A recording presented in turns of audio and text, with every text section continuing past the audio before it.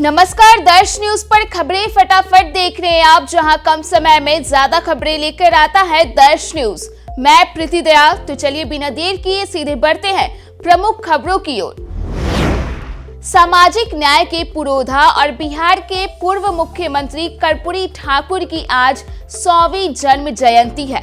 भारत सरकार ने कर्पूरी ठाकुर को मरणोपरांत भारत रत्न से सम्मानित किए जाने की घोषणा की है।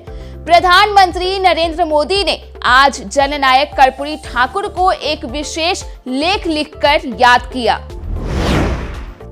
कर्पूरी ठाकुर की 100वीं जयंती से एक दिन पहले भारत रत्न देने की केंद्र सरकार ने घोषणा की है। इसको लेकर परिवार में खुशी का माहौल है। सभी ने एक दूसरे को मिठाइयां खिलाई। कर्पूरी ठाकुर के बेटे रामनाथ ठाकुर ने कहा कि वह अपनी तरफ से, अपनी पार्टी और बिहार के लोगों की तरफ से केंद्र सरकार को धन्यवाद देते हैं।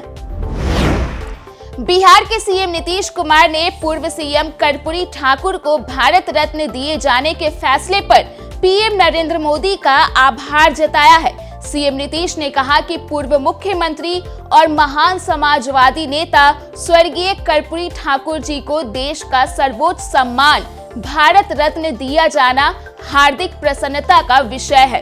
केंद्र सरकार का यह अच्छा निर्णय है। स्वर्गीय कर्पूरी ठाकुर जी को उनकी 100वीं जयंती पर दिया जाने वाला यह सर्वोच्च सम्मान दलितों, वंचितों और उपेक्षित तबकों के बीच सकारात्मक भाव पैदा करेगा। हम हमेशा से ही स्वर्गीय कर्पूरी ठाकुर जी को भारत रत्न देने की मांग करते रहे हैं। वर्षों की पुरानी मांग आज पूरी हुई है। इसके लिए माननीय प्रधानमंत्री नरेंद्र मोदी जी को धन्यवाद। आज कर्पूरी ठाकुर जी की 100वीं जयंती पर मुख्यमंत्री नीतीश कुमार समस्तीपुर स्थित कर्पूरी ठाकुर के गांव जाएंगे। यहां स्मृति भवन में आयोजित सर्वधर्म सभा में शामिल होंगे। उसके बाद मुख्यमंत्री गोकुल कर्पूरी फुलेश्वरी महाविद्यालय कर्पूरी ग्राम स्थित त्रिमूर्ति भवन में जननायक कर्पूरी ठाकुर की मूर्ति पर माल्यार्पण करेंगे। मुख्यमंत्री के आगमन को लेकर जिला प्रशासन की तरफ से तैयारी पूरी कर दी गई है। स्वर्गीय कर्पूरी ठाकुर को भारत रत्न देने की घोषणा के बाद आरजेडी प्रमुख लालू प्रसाद यादव ने प्रतिक्रिया देते हुए कहा कि मेरे राजनीतिक और वैचारिक गुरु स्वर्गीय कर्पूरी ठाकुर जी को भारत रत्न अब से बहुत पहले मिलना चाहिए था। हमने सदन से लेकर सड़क तक ये आवाज उठाई, लेकिन केंद्र सरकार तब जागी जब सामाजिक सरोकार की मौजूदा बिहार सरकार ने जातिगत गणना करवाई और आरक्षण का दायरा बहुजन हितार्थ बढ़ाया। डर ही सही, राजनीति को दलित बहुजन सरोकार पर आना ही होगा। बीजेपी के पूर्व प्रदेश अध्यक्ष सह पश्चिमी चंपारण के सांसद डॉक्टर संजय जायसवाल ने मोतिहारी में प्रेस कॉन्फ्रेंस की।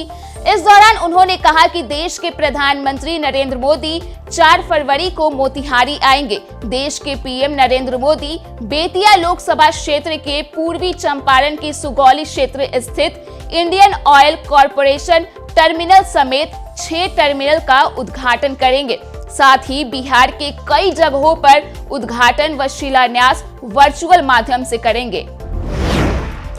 इधर जननायक कर्पूरी ठाकुर जन्म शताब्दी के मौके पर बिहार का सियासी पारा हाई है।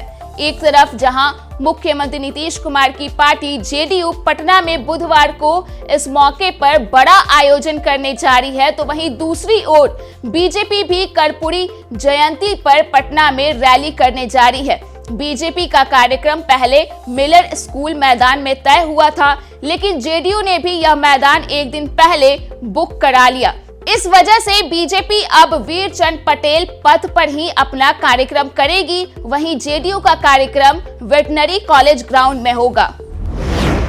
हेमंत कैबिनेट की बैठक बुधवार को प्रोजेक्ट भवन में होगी। कई महत्वपूर्ण प्रस्तावों को स्वीकृति दी जाएगी। सूत्रों के मुताबिक सरकारी कर्मियों को मकान खरीदने के लिए मिलने वाले ऋण की अधिकतम सीमा राशि में बढ़ोतरी कर इसे 60 लाख रुपए करने के प्रस्ताव पर मुहर लगने की उम्मीद है। मुख्यमंत्री हेमंत सोरेन ने घोषणा की है कि वर्ष 2027 तक 20 लाख लोगों को अबुआ आवास मिल जाएगा। उन्होंने कहा कि इसके लिए 30 लाख आवेदन आए थे। स्क्रूटनी के बाद 20 लाख सही पाए गए। इन सब को आवास दिया जाएगा। बता दें कि मुख्यमंत्री हेमंत सोरेन ने यह बातें खूंटी के तोरपा स्थित NHPC ग्राउंड में अबुआ आवास योजना के तहत आयोजित स्वीकृति पत्र वितरण समारोह को संबोधित करते हुए कहा था। राजधानी दिल्ली में इस वक्त घने कोहरे का असर देखने को मिल रहा है। गिरते तापमान और घने कोहरे की वजह से ट्रेन फ्लाइट्स कैंसिल हो रही है। गणतंत्र दिवस की तैयारियों और घने कोहरे की वजह से दिल्ली के इंदिरा गांधी इंटरनेशनल एयरपोर्ट पर 150 से ज्यादा फ्लाइट्स डिले हुई है। अब खबर खेल जगत की।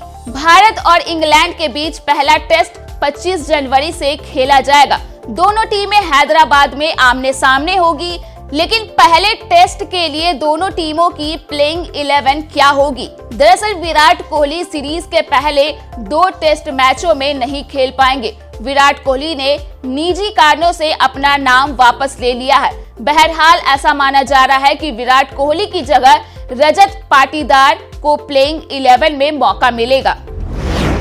अब खबर मनोरंजन जगत की। ऋतिक रोशन, दीपिका पादुकोण और अनिल कपूर स्टारर फाइटर का हर कोई बेसब्री से इंतजार कर रहा है।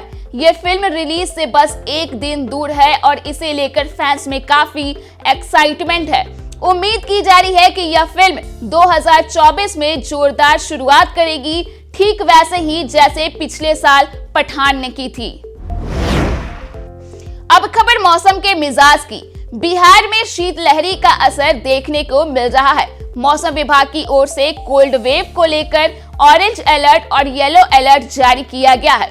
वहीं राज्य के कई शहरों का न्यूनतम तापमान 4 डिग्री सेल्सियस से नीचे या उसके आसपास पहुंच गया है। राज्य के सभी शहरों का न्यूनतम तापमान 10 डिग्री सेल्सियस से नीचे है। राज्य के कई इलाकों में घने कोहरे की स्थिति भी बनी हुई है। तो फिलहाल के लिए इस बुलेटिन में इतना ही। बिहार झारखंड से जुड़े तमाम अपडेट्स के लिए आप देखते रहिए दर्श न्यूज।